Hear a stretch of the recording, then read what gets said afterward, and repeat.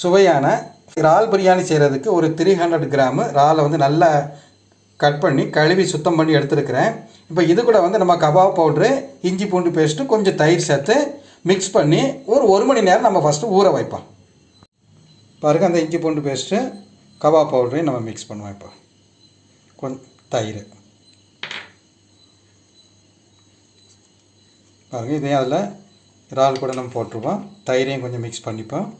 இப்போ கொஞ்சம் உப்பு, நம்ம தேவையான அளவு கொஞ்சம் உப்பு சேர்த்துப்போம். இப்போ இதை வந்து நல்லா மிக்ஸ் பண்ணி ஒரு மணி நேரம் அப்படியே ஊற விட்டுறலாம். ஊற விட்ட பிறகு அதுக்கப்புறம் பொரித்து எடுக்கணும். 1 மணி நேரம் நல்லா ஊறட்டும் இந்த மசாலா. பாருங்கள், இந்த இறால் மீன் கூடால கொஞ்சம் காஷ்மீர் சில்லி பவுடர் நம்ம போடுவோம். அப்போ தான் கொஞ்சம் ரெட்டிஸாக நல்ல கலர் அழகாக வரும் பிரியாணிக்குள்ளே போடும்போதும். இதை வந்து ஒரு அரை மணி நேரம் நம்ம அப்படி 1 மணி நேரம் வரைக்கும் ஊற வச்சிடலாம். இப்போ இந்த இறால் மீனை வந்து நம்ம ஒரு நான்ஸ்டிக் டப்பாவில் நிறைய எண்ணெய் விட்டு பொரிக்கணும். இப்போ சட்டி நல்லா அந்த டப்பா சூடாகிடுச்சு. இப்போ இதில் கொஞ்சம் எண்ணெயை விடலாம். பாருங்கள், கொஞ்சம் நிறைய எண்ணெய் விடுறோம். எதுக்குன்னு சொன்னால், இந்த இறால் மீனை பொரித்த எண்ணெயில் தான் நம்ம பிரியாணி பண்ண போகிறோம். அதனால் எண்ணெய் கொஞ்சம் நிறைய விட்டுக்கணும். நம்ம எண்ணெய் கொஞ்சம் சூடான பிறகு நம்ம இறால் மீனை பொரித்து எடுத்துடலாம். பாருங்கள், இப்போ இந்த இறால் மீனை வந்து நம்ம அதில் போடுவோம். எண்ணெய் நல்லா காஞ்சிடுச்சு. இந்த நம்ம வந்து ஏற்கனவே வச்சுருக்கோம் இல்லையா மசாலாலாம் போட்டு, அந்த இறால் மீனை வந்து எண்ணெய்க்குள்ளே எடுத்து வச்சு நல்லா பொரித்து எடுத்துடலாம். அப்புறம் இந்த பொரித்து எடுத்த எண்ணெயை தான் நம்ம பிரியாணி பண்ணுறதுக்கும் பயன்படுத்தணும். அது ரொம்ப ரொம்ப முக்கியம். அப்படின்னா தான் பிரியாணி, இந்த இறால் பிரியாணி வந்து ரொம்ப ரொம்ப ருசியாக வருங்க. இது நம்ம ஒரு 2 பேர் சாப்பிட்ற மாதிரி இப்போ நம்ம போடுறோம். 2 அல்லது 3 பேர் சாப்பிடலாம். பாருங்கள், இப்போ வந்து இந்த இறால் வந்து பொரிஞ்சிருச்சு. 80% கிட்ட பொரிஞ்சால் போதும். ரொம்ப பொரிஞ்சாலும் ரப்பர் மாதிரி ஆகிடும். மினிமம் வந்து ஒரு 5 நிமிஷத்துலேருந்து ஒரு 10 நிமிஷத்துக்குள்ளாடி தான். ஒரு 7 நிமிஷம் வரைக்கும் போட்டாலே போதும். நீங்கள் 5 நிமிஷத்துக்கு அப்புறம் ஒருக்கா மாற்றி போட்டு 2 நிமிஷம் போட்டு நீங்கள் எடுத்தாலே போதும். நல்லா பொரிஞ்சு வந்து ரொம்ப நேரம் போட்டால் ரப்பர் மாதிரி ஆயிடக்கூடாது. கவனமாக இருக்கணும். இப்போ பாருங்கள், இந்த எண்ணெயை தான் நம்ம வந்து பிரியாணி பண்ண செய்கிறதுக்கு பயன்படுத்த போகிறோம். அப்போ தான் அந்த ஃப்ளேவர் வந்து இறங்கி பிரியாணி ரொம்ப ருசியாக வரும். பாருங்கள், தேவையான பொருட்கள் நம்ம இறால் பிரியாணி செய்கிறதுக்கு இறாலை வந்து பொரித்து வச்சுருக்கிறோம். ஒரு 5 பச்சை மிளகாய் எடுத்துருக்குறோம். அப்புறம் பெரிய வெங்காயத்தை சின்ன சின்னதாக கட் பண்ணி நல்ல எண்ணெயில் நல்ல கறியை பொரித்து வச்சுருக்குறோம். அப்புறம் கொஞ்சம் புதினா இலை எடுத்துருக்குறோம், கொத்தமல்லி இலை, இஞ்சி பூண்டு பேஸ்ட்டு, தக்காளி, அப்புறம் பெரிய வெங்காயத்தை வெட்டி வச்சுருக்குறோம். இந்த பக்கம் பாருங்கள், பிரிஞ்சி இலை, அப்புறம் அன்னாசிப்பூ, ஏலக்காய், கிராம்பு இதையும் எடுத்து வச்சுருக்குறோம்.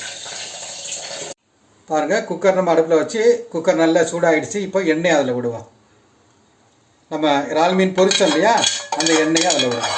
இதுதான் அந்த ஃப்ளேவர் இறங்கி பிரியாணி ருசியாக வரோங்க. இப்போ இந்த எண்ணெய் கொஞ்சம் சூடான உடனே நம்ம வந்து வெங்காயம், அதுக்கப்புறம் வந்து பிரிஞ்சி இலை இதெல்லாம் போடுவோம். இப்போ கொஞ்சம் கீ போடுவோம். எண்ணெய் ஊற்றிட்டோம் இல்லையா, கொஞ்சம் நெய், கொஞ்சம் நெய்யை சேர்த்துக்கலாம். இது கொஞ்சம் சூடாகட்டும். பாருங்கள், எண்ணெய் சூடாகிடுச்சு. இப்போ ஏலக்காய், கருவேப்பட்டை, அன்னாசிப்பூ, பிரிஞ்சி இலை இதெல்லாம் போடுவாங்க. கொஞ்சம் வதங்கின உடனே அப்புறம் வெங்காயத்தை போடலாம். இப்போ கொஞ்சம் சோம்பு, அதாவது பெருஞ்சீரகம் கொஞ்சம் போட நல்ல வாசனை வரும் பிரியாணிக்கு. பாருங்கள், இப்போ நம்ம வெங்காயத்தையும் போட்டு நல்லா வதக்கி எடுத்துருவோம். பாருங்கள், இப்போ கொஞ்சம் உப்பையும் நம்ம சேர்த்துக்கலாம். ஏன்னா உப்பு சேர்த்தா வெங்காயம் கொஞ்சம் சீக்கிரமாக வதங்கிடும். இப்போ இஞ்சி பூண்டு பேஸ்ட் போடுவோம். ஒரு 1½ ஸ்பூன் அளவுக்கு போட்டுக்கோங்க. இஞ்சி பூண்டு பேஸ்ட்டோட பச்சை வாசனை போகிறது வரைக்கும் ஜஸ்ட்டு வதக்கிட்டு அப்போ உடனே தக்காளி சேர்த்துடலாம். பாருங்கள், இப்போ வெட்டி வச்சிருக்கக்கூடிய தக்காளியும் போட்டு வதக்கிடலாம். நல்ல ருசியாக இறால் மீன் வருங்க பிரியாணி. நீங்கள் வந்து வீட்டில் வந்து பேச்சுலர்ஸ் கூட இதை வந்து செய்திடலாம். ரொம்ப ஈஸியாக செய்திடலாம், கஷ்டம்லாம் ஒன்றும் கிடையாது. இப்போது வெட்டி வச்சிருக்கக்கூடிய 2 கீரி வச்சிருக்கக்கூடிய பச்சை மிளகாய் அதில் போட்டு வதக்கிடலாம். பாருங்கள், தக்காளி நல்லா வதங்கிடுச்சு. இப்போ தயிரை விட்டு அது ஒரு கலரி விடுவோம்.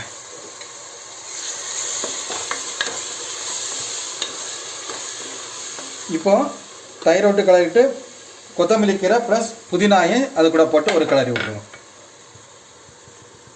நல்ல ஒரு கிண்டு விடுவோம். இப்போ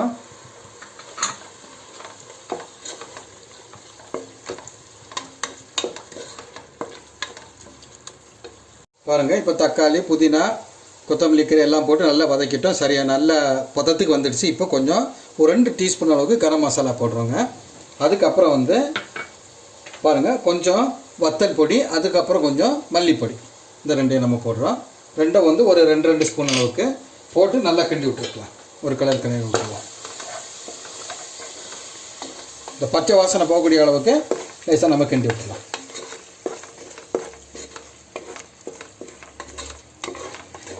பாருங்கள் நல்ல பக்குவமாக வந்திருக்குது. இப்போ நம்ம என்ன பண்ணணும்னா பிரியாணி அரிசி பாஸ்மதி ரைஸை வந்து நம்ம போடணும். இந்த பாஸ்மதி ரைஸ் வந்து நீங்கள் கழுவி ஒரு 20 நிமிஷம் ஊற வச்சுட்டு அதுக்கப்புறம் போடணும். இப்போ நம்மளும் வந்து கழுவி ஒரு 20 நிமிஷம் ஊற வச்சுருக்குறோம். 2 கப்பு பாஸ்மதி ரைஸை போடுவோம்.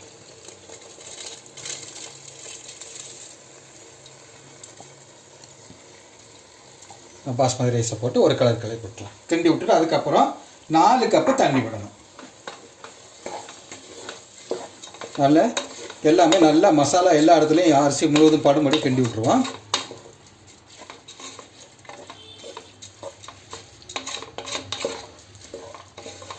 அதுக்கப்புறம் இப்போ தண்ணியை விடுவோம். இப்போ பாருங்கள் 4 கப்பு தண்ணி விடுவோம். பாருங்கள் எண்ணி வந்து இப்போ நம்ம இவ்வளோ நேரம் தீயை வந்து ரொம்ப சிம்மில் வச்சுருந்தோம். எண்ணி கொஞ்சம் ஜாஸ்தியாக வச்சுக்கலாம். ஏன்னா தண்ணி சேர்த்தாச்சுல, அதனால கொஞ்சம் கொதிக்கணும். கொஞ்சம் ஜாஸ்தியாக வச்சுப்போம். இப்போ நல்லா மிக்ஸ் பண்ணி விட்டுக்கலாம். நல்லா எல்லாரும் நல்லா கிளறி விட்டுட்டு என்ன பண்ணணும்னா ஒரு பாதி லெமனை வந்து புழிஞ்சு விட்டுருவோம்.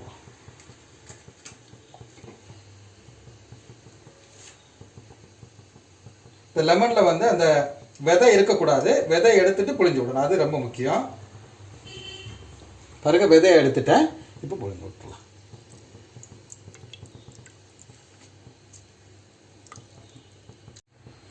பாருங்க இப்போ கடைசியாக நம்ம கொஞ்சம் உப்பு போட்டு மூடி வச்சிடலாம்.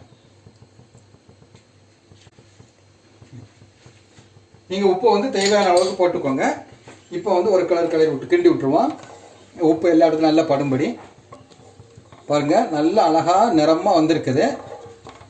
இனி வந்து ஒரு 10 நிமிஷம் அப்படியே மூடி வச்சிருவோம். நல்லா வேகட்டும். பாருங்கள் நம்ம குக்கர் மூடிலாம் வைக்கல. இந்த மாதிரி சாதாரணமாக மூடி வச்சாலே போதும். பாருங்கள் இப்போ நல்ல பக்குவமாக இருக்குது. இப்போ இந்த பக்குவத்தில் வந்து நம்ம ஏற்கனவே பொரிச்சு வச்சுருக்கக்கூடிய இந்த இறால் மீனை வந்து உள்ளே தள்ளி வச்சிடலாம். ரொம்ப கவனமாக செய்யணும். ஏன்னா இது வந்து உடஞ்சிரும் மீனெல்லாம். இந்த மாதிரி உள்ள லேசாக நம்ம இப்படி கிளறி அமைக்க வச்சிட போதும்.